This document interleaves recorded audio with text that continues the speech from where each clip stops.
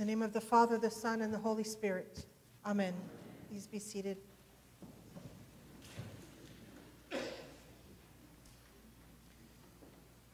One of the things that I have trouble with is American sayings. I grew up in this country. I came to the States from Puerto Rico when I was 3, just about to be 4. But I grew up in a house where we were only allowed to speak Spanish. My dad's idea was, the school will teach you English, and we will teach you Spanish, and you will be bilingual, and it worked. But I missed out on, those sayings that you hear in your household. And so sometimes when people use those tell me or say one of those sayings to me, it'll go right over my head. And, sometimes I have a friend who uses them a lot. She's older, and she uses those sayings a lot. And she'll say something to me, and I'll say, really? She's like, no, it's just a saying.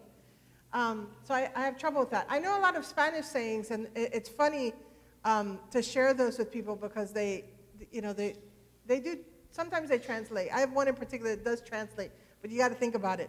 So in Spanish, you would say to somebody, eres un cero a la izquierda, you're a 0 to the left. And if you think about that, if you've got a number, right, let's say the number 100, and you put a 0 on the left side of it, what's the number?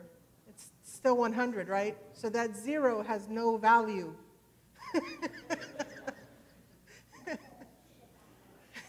So you don't want somebody to tell you that you're a 0 to the left.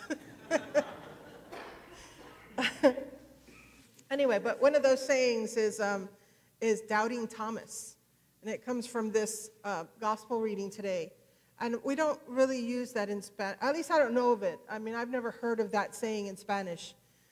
But when I first heard it, it was in seminary, and somebody told me it's from the gospel reading about Thomas doubting that Jesus was risen. And so I said, I get that. But what I don't understand is this. So we all know from last week's readings that Mary Magdalene was the first to see Jesus risen, and runs back and tells the disciples that Jesus is alive and well.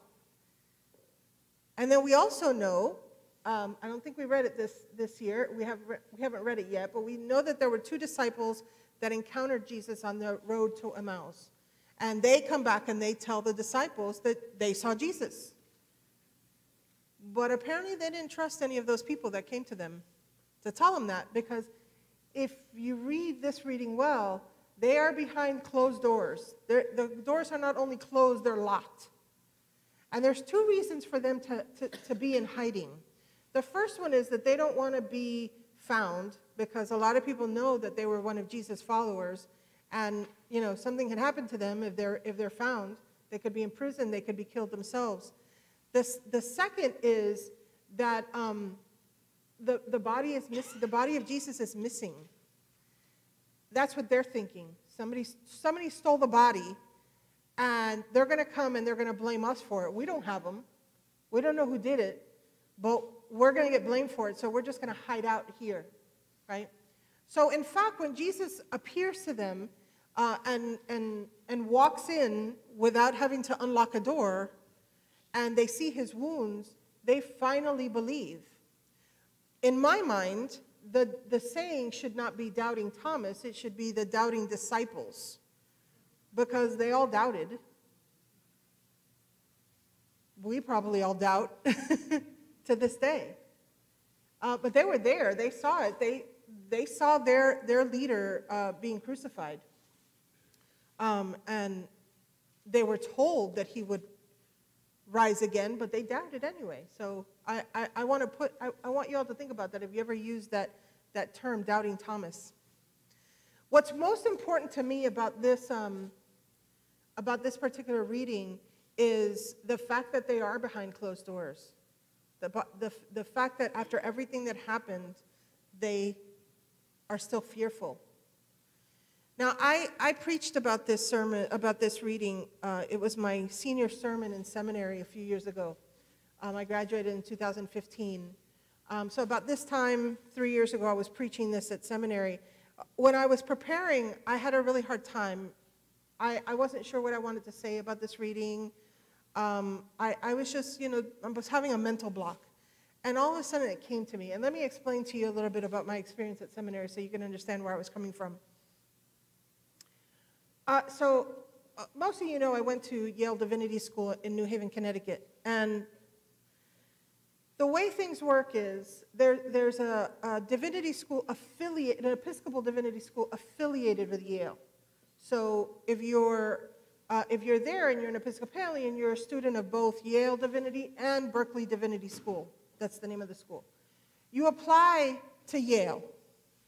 Yale is the one that accepts you or doesn't.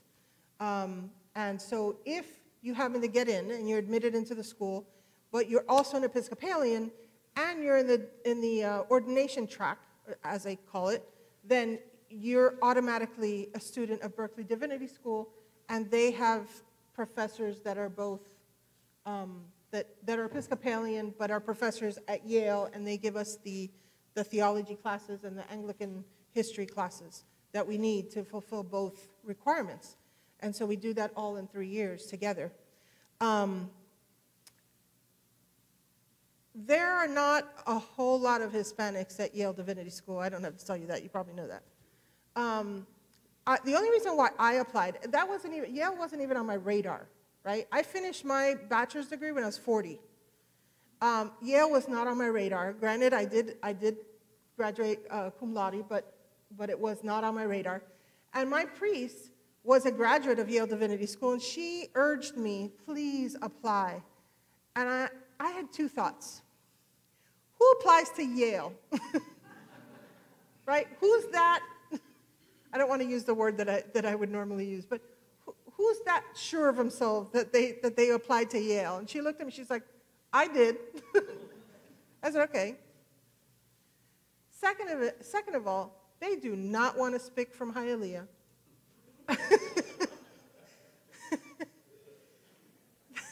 I am not going to be welcome there. She said, do me a favor, just apply, please. And she bothered me so much about it that I finally did, and I was accepted. Now, I was told when I got there that I was the first Hispanic student at Berkeley. This was 2012 when I started at that school. I told them, you might not want to say that too loud, because that's embarrassing. But in fact, it's not all their fault. They don't actually accept the students. It's just that Hispanics don't normally apply to that type of school. So needless to say, I had a hard time my 3 years in school, in seminary.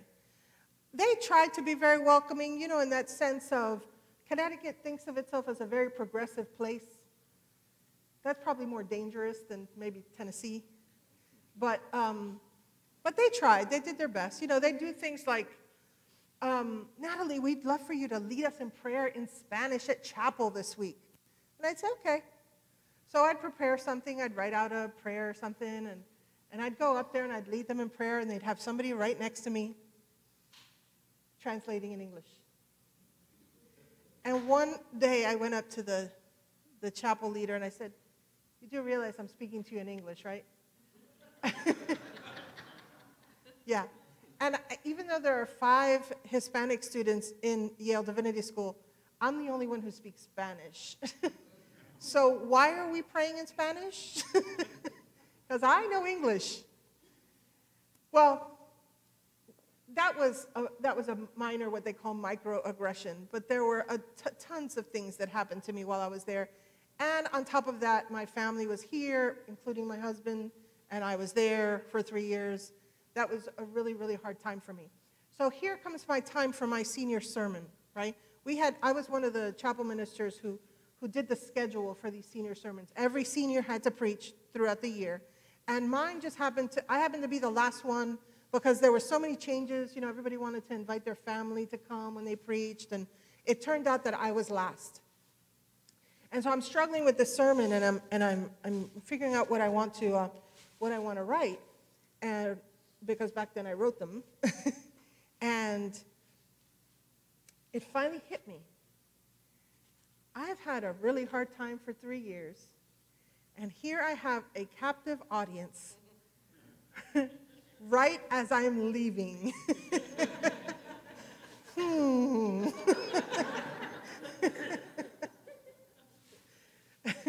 So I have this reading, right?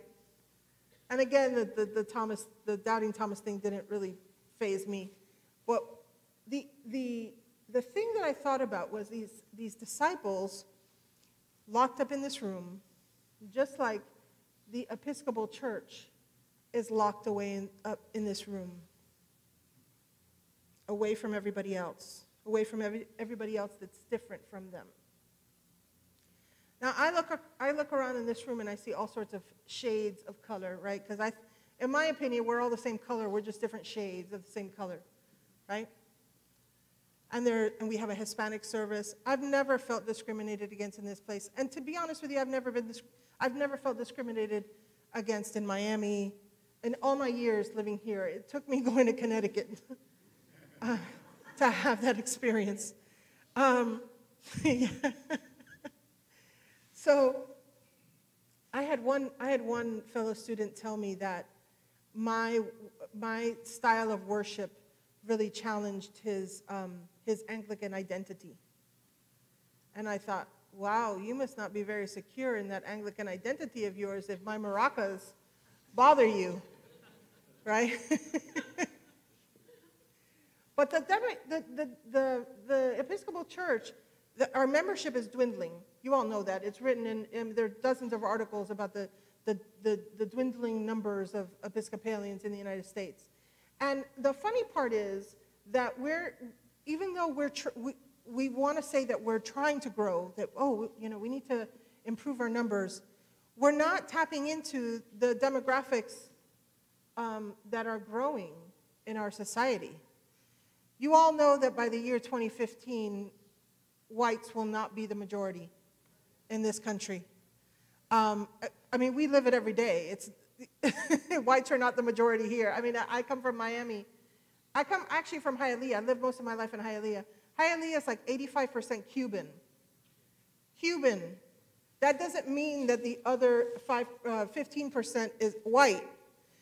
They could be from Puerto Rico, El Salvador, wherever. So I don't really know what the percentage is in Hialeah of white people, but in most communities in Miami, that's the case. I'm not too sure about Broward. But if we're not tapping into that demographic that's growing, then we can't expect to grow. We can't expect for our numbers to increase. I'm not really a numbers kind of person. I don't really care about the number of people who come. I mean, you always want a full church, obviously. But I know that this church is not full today. There's a whole section here that's empty. I know that these people who are not here, they'll be here next week or the week after. I know that they've heard the good news of Jesus Christ. I know that they heard the whole story, that they know where they are spiritually, and they'll be back. They're just sleeping in today like I'd like to be doing. That's okay. What worries me that we're not getting the message out to the people out there because we're locked up in this little box that's so safe. And think about that in regard to the diocese as a whole, because we're very diverse here. But if you think of the diocese of Southeast Florida, it has maybe 5 Hispanic churches, like completely Hispanic. I mean, I'm not talking about churches that have Hispanic ministries. 5 Hispanic churches in Miami. And yeah, in a place that is so Hispanic. That's kind of sad. And we're not getting the word out. So we have people, you know that Hispanics are mostly, not all, but mostly Roman Catholics. We're not getting the word out that salvation through Christ is for all of us, right? We're not getting that out to those people who are maybe sitting at home, not because they wanted to sleep in, but because they use birth control. Or they got divorced and are remarried and can't go back to the Catholic Church. Or had an abortion.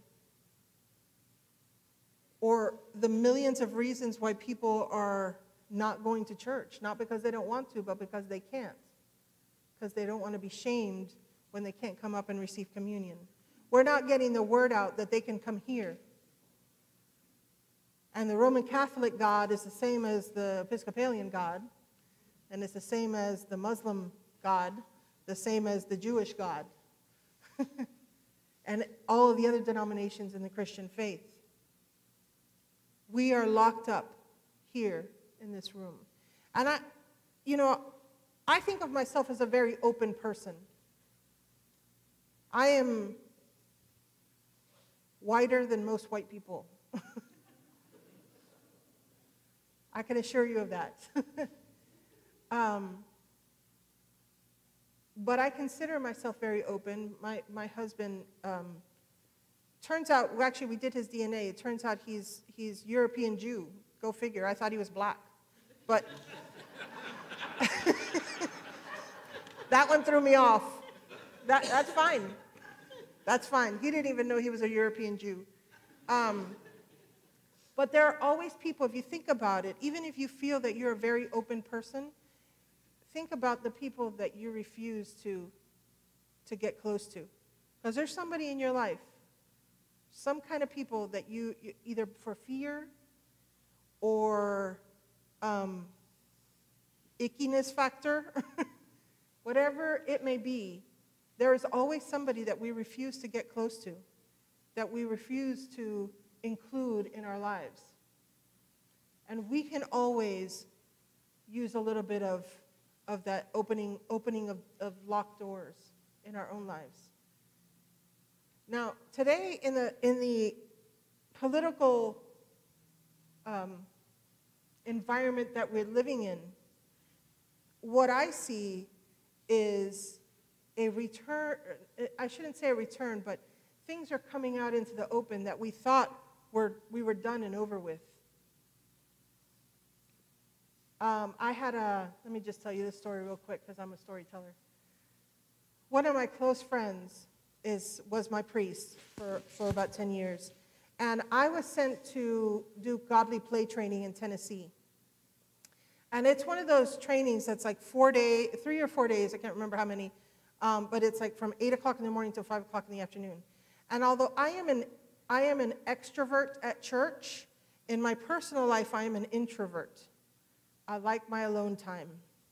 And so when I take these kind of courses, I usually, if I'm going to spend 8 to 5 with you, I have no problem with that. But I can assure you that I'm not going to be staying in the same hotel room as you, and I'm probably not going to go to dinner with you. So my hotel was like 15 minutes away. And I drove back and forth. And so if any of you have ever been to Sewanee, Tennessee, it's where the University of the South is, there's not much around there. So I had to get on the expressway and get off a few exits down, and I was at my hotel. And there were 2 things next to it. Everything else was just fields. There was a Walmart. There's always a Walmart. And there was a Cracker Barrel. And so, yeah. So I decided I was going to have dinner at Cracker Barrel. So I go in there, and as soon as I look into the place, I said to myself, Natalie, or I should say English, don't fail me. Because it wasn't a fear like I thought somebody was going to shoot me, on sight. But there was this little thing where, like, I need to really blend in here. I really need to be like everybody else. And so there was no incident. I went, had my dinner. I spoke my English perfectly. I should have tried to do like a little Southern accent. Maybe you and I can get in. You can teach me a little bit of that Texas.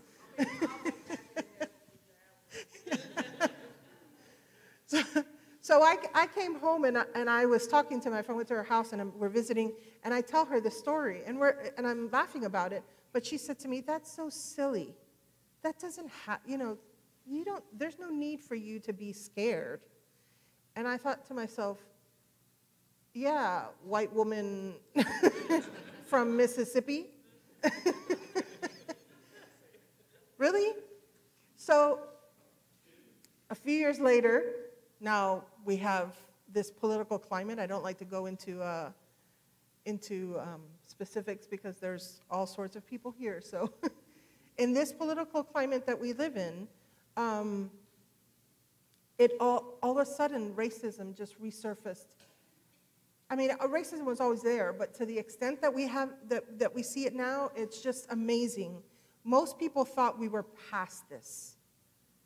Most people thought that had been taken care of in the 1960s and the 1970s, and we're finally living in this society that accepts everyone for who they are, not for the color of their skin or their religion or their sexuality. Well, apparently we were wrong. So this past week, I don't know if you realized this, it came up on the TV a couple of times, but I don't think enough. We commemorated the death of Martin Luther King. And I'd like to use him as an example because in the midst of what they were living through back then, and that was before, I was born in the early 70s, so that was before I came along. In the midst of that, his point of view was peace. Everything that they did, every demonstration that they did, every rally, every walk, march, whatever, they tried to make it as peaceful as possible. Even when they were accosted and violence was done to them, they tried to answer in peace. And I'm hoping that we can continue to do that here. I don't see the kind of violence that you would see back then. I don't think people are that brazen to do things like that. The violence that we do see is kind of not so out in the open, right? But where I do see a lot of violence, not that we don't have a lot of violence, you do see that on the news, but where I do see a lot of violence on a daily basis, every other sentence is on Facebook and other types of social media, where we've forgotten that we are all different and we all have different points of view. If we were all exactly the same, then change would never occur. There would be no need for change. But because we are different and because we've had different experiences, we need to learn from each other and move forward. And I'm thinking of that friend of mine who didn't believe my fears because it wasn't her experience. That's not what she had seen from where she was from. And she was from the South. She didn't understand where I was coming from. But when I talked to her about it, when she saw things on the news that were coming up years later, she realized, she came to me and she apologized and she said, I didn't realize that was kind of, laying low for a little bit. It hadn't surfaced yet again. Those are the types of things, that lack of conversation that keep us in closed doors. If we don't understand each other, if we can't have a conversation, if you don't know what I go through on a daily basis, if I don't know what you go through on a daily basis, then we can't understand each other. We have to have that conversation. And that conversation, at the center of that conversation, we have to have God. Because God represents the love that we should all have for each other as his children. Now I want you to think back at this gospel reading. When Jesus enters the locked room, the way that they know who he is because he tells them, peace be with you. The way that we will live a more fulfilled life is by having Jesus at our center. And as having Jesus on our center is living a life of peace with our brothers and sisters, even when we have differences. Even when we don't know we have differences. Even when we don't know we have a fight ahead of us, because we do. We are all brothers and sisters. We are all children of God. The good news of Jesus is for every single one of us. The torture, the death, and the resurrection of Christ was for each and every one of us.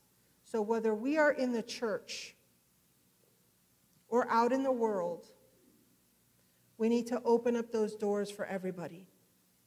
Because it is only in opening up those doors that we will fully live out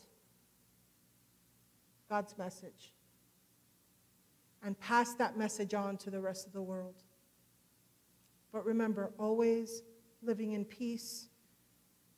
Even in our arguments, even in our discussions, there has to be a level of civility and peace and love amongst us. That is how we will get past this difficult time. That is how we will, I don't want it to go underground again. I want to get past it. And in order to get past it, we have to acknowledge our feelings and our misconceptions and the evil that is out there. Amen.